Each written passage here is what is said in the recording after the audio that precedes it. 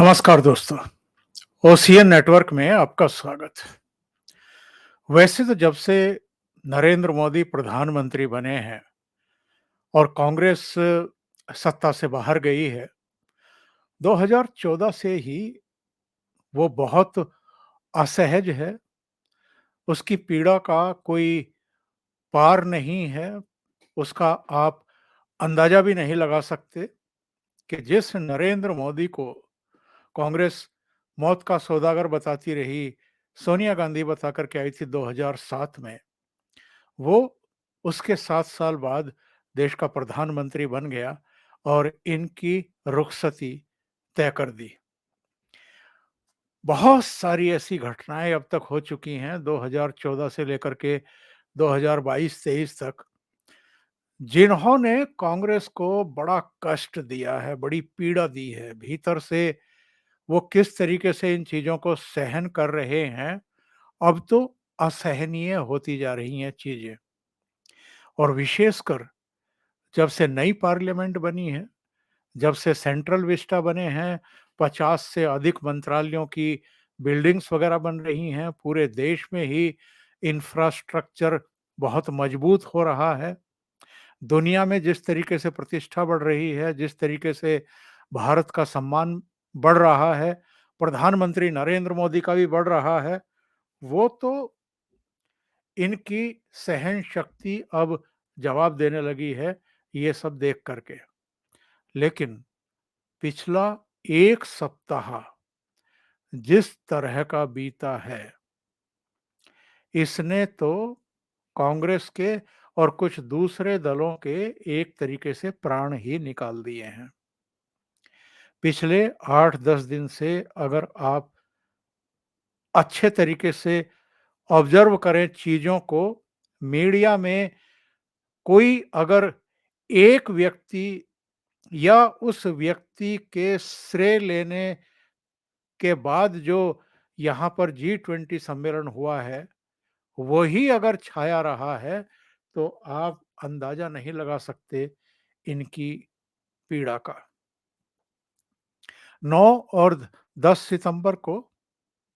G20 हुआ दिल्ली में, और इससे पहले ही 7 तारीख से ही विदेशी जो राष्ट्र प्रमुख थे, उनके आने का सिलसिला शुरू हुआ था। 8 तारीख को अमेरिका के राष्ट्रपति पहुंच गए थे। हवाई अड्डे से सीधे नरेंद्र मोदी के आवास पर गए थे। ऐसा अभी तक कभी नहीं हुआ कि दुनिया की महाशक्ति का राष्ट्रपति सीधे प्रधानमंत्री के आवास पहुंचे होटल जाने से पहले। और जो बॉडी लैंग्वेज थी दोनों की, जो केमिस्ट्री थी, वो तो लाजवाब। यानी पहली मुलाकात से लेकर के और जब तक जो बाइडेन भारत से वियतनाम के लिए रवाना नहीं हो गए, तब तक नरेंद्र मोदी की और उनकी जो बॉन्डिंग थी, वो देखने लायक थी। इसके अलावा जो ब्रिटेन के प्रधानमंत्री ऋषि सुनक आए, उनकी जो उदारता थी और म, हिंदू होने पर मुझे गर्व है, मैं प्राउड हिंदू हूँ, ये जो उनका वक्तव्य था, और पत्नी अक्षता के साथ जो अक्षरधाम मंदिर में वो गए पूजा पाठ के लिए, जिस तरीके से अलग-अलग अवसरों पर प्रधानमंत्री नरेंद्र मोदी के साथ उनकी केमिस्ट्री देखने को मिली, जो एक सम्मान होता है किसी के लिए, वो ऋषि सुनक ने प्रधानमंत्री मोदी को दिया। इसके अलावा कनाडा के प्रधानमंत्री जस्टिन ट्रूडो, वो द्विपक्षीय बातचीत के लिए प्रेशराइज करते रहे भारत को, और भारत अंतिम क्षणों में तैयार हुआ कि ठीक है, मुलाकात होगी। यानी जस्टिन ट्रूडो को यहाँ की जो भव्यता है, जो भारत का एक स्टेटस बना है पूरी दुनिया में, और जिस तरीके से तमाम चुनौतियों के बीच यूक्रेन और रूस के युद्ध के चलते जो पेचीदगियां पैदा हुई हैं, और जिस तरीके से पालेबंदी हो रखी है पूरी दुनिया के देशों के बीच में, उसमें जी20 देशों के प्रमुखों के बीच नई दिल्ली डिक्लेरेशन पर सहमति तैयार करने से जो वातावरण बना और जिस तरीके से भारत की और प्रधानमंत्री नरेंद्र मोदी और उनकी टीम की प्रशंसा हुई, जस्टिन ट्रूडो को भी लगा कि वो गलत ट्रैक पर आगे बढ़ रहे हैं। और जब वन टू वन दोनों राष्ट्र प्रमुखों की मीटिंग हुई तो उसमें प्रधानमंत्री नरेंद्र मोदी ने कनाडा में जिस तरीके से खालिस्तानी तत्वों को खुली छूट दी गई है, उसको लेकर के जो नाराजगी जाहिर की, उस पर जस्टिन ट्रूडो जो है वो बैकफुट पर दिखाई दिए और उन्होंने ये कहा कि हम अब उग्रवाद को सहन नहीं करेंगे। इसके अलावा एक घटना और हुई। टर्की के जो अब तुर्की ये कहलाता है, उसके जो राष्ट्रपति हैं, वो उनका जो रंग रूप है, उनके जो बयान हैं, उनके जो कारनामे हैं अतीत के, वो किसी से छिपे नहीं हैं। अर्दोग़ान पाकिस्तान परस्ती के लिए जाने जाते हैं। पाकिस्तान परस्ती कहना ठीक नहीं होगा, पर जम्मू कश्मीर को लेकर के और कुछ दूसरे मुद्दों को लेकर के पाकिस्तान के सुर में सुर मिलाते रहे हैं। संयुक्त राष्ट्र संघ में भी और वैसे भी। वो भी जब प्रधानमंत्री नरेंद्र मोदी से मिले, मिल कर के बैठ कर के उनकी बातचीत हुई, तो उसके बाद उनके भी सुर बदले हुए थे और वो कह रहे थे कि अगर भारत जैसा देश यूएनएससी का परमानेंट मेंबर बनता है तो ये हमारे लिए भी गर्व का विषय होगा। कौन कल्पना कर सकता है कि ये शब्द तुर्की के राष्ट्रपति एर्दोगन बोलेंगे भारत आकर के जी20 सम्मेलन में। इसके अलावा जो बाकी के काम हुए हैं और जिस तरह की कवरेज हुई है, ना केवल भारत के मीडिया में बल्कि अंतर्राष्ट्रीय मीडिया में, जिस तरीके से प्रधानमंत्री नरेंद्र मोदी के नेतृत्व की भूरी-भूरी प्रशंसा हुई है, मुक्त कंठ से जिस तरीके से प्रशंसा हुई है अंतर्राष्ट्रीय मीडिया में, उस मीडिया में जिसको भारत के बारे में गलत तथ्य देकर के एक तरीके से उकसाया जाता है कि वो भारत के खिलाफ कुछ ना कुछ प्रकाशित प्रसारित करता रहे, उस मीडिया में भी अगर जी20 के सफल आयोजन को लेकर के प्रधानमंत्री नरेंद्र मोदी की प्रशंसा हुई है और भारत का मीडिया तो आप देख ही रहे हैं, चाहे हिंदी मीडिया है, चाहे आपका अंग्रेजी का मुख्य धारा का इलेक्ट्रॉनिक मीडिया है या जो भाषाई मीडिया है, उसमें भी पूरा 1 सप्ताह प्रधानमंत्री नरेंद्र मोदी, उनकी टीम और भारत सरकार छाई रही और जिस तरह की व्यवस्थाएँ थी भारत मंडपम में, उसको लेकर के भी प्रशंसा हुई और सबने इन प्रयासों को और जो इससे एक संदेश गया है पूरी दुनिया में, कई ऐसी चीज़ें हैं जिनका मैं उल्लेख कर सकता हूँ। जैसे सुबह जब वो पहले दिन राष्ट्र प्रमुखों को रिसीव कर रहे थे तो उनके बैकग्राउंड में सूर्य मंदिर का कोणार्क जो समय चक्र या काल चक्र कहा जाता है वो और उसके बारे में वो राष्ट्र प्रमुखों को बता भी रहे थे। इसके अलावा जब शाम को रात्रि भोज के लिए वो रिसीव कर रहे थे अतिथियों को, राष्ट्र प्रमुखों को, उनकी बैकग्राउंड में जो नालंदा यूनिवर्सिटी का जीर्ण शीर्ण अवस्था में भवन है, उसकी आकृति थी। जब ये सब लोग राजघाट अगले दिन पहुँचे, दूसरे दिन की सुबह, प्रधानमंत्री वहाँ सबका स्वागत कर रहे थे।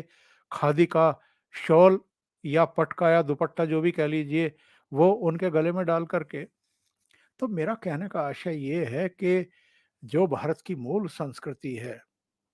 जो हमारा गौरवशाली इतिहास है, उससे पूरी दुनिया को जिस तरीके से उन्होंने अवगत कराया है और जिस तरीके से भारत की ब्रांडिंग की है, उसकी तो सबने जम करके प्रशंसा की है कि ऐसा पहली बार हुआ है। इसके अलावा जो लोग ये कह रहे थे कि राष्ट्रपति पुतिन नहीं आ रहे हैं, शी जिनपिंग नहीं आ रहे हैं, बड़ा फीका-फीका सा लगेगा, किसी ने उनको याद भी नहीं किया।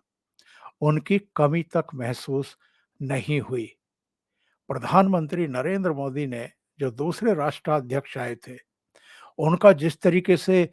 गर्मजोशी के साथ स्वागत किया, सीने से लगा करके, और उनसे वन टू वन बिल्कुल जिस तरीके से मित्रता के भाव में बातचीत की जाती है, बिना किसी तरह के तनाव के और बहुत कॉन्फिडेंट होकर के, उसके बहुत ज़बरदस्त मैसेज गए हैं पूरी दुनिया में। और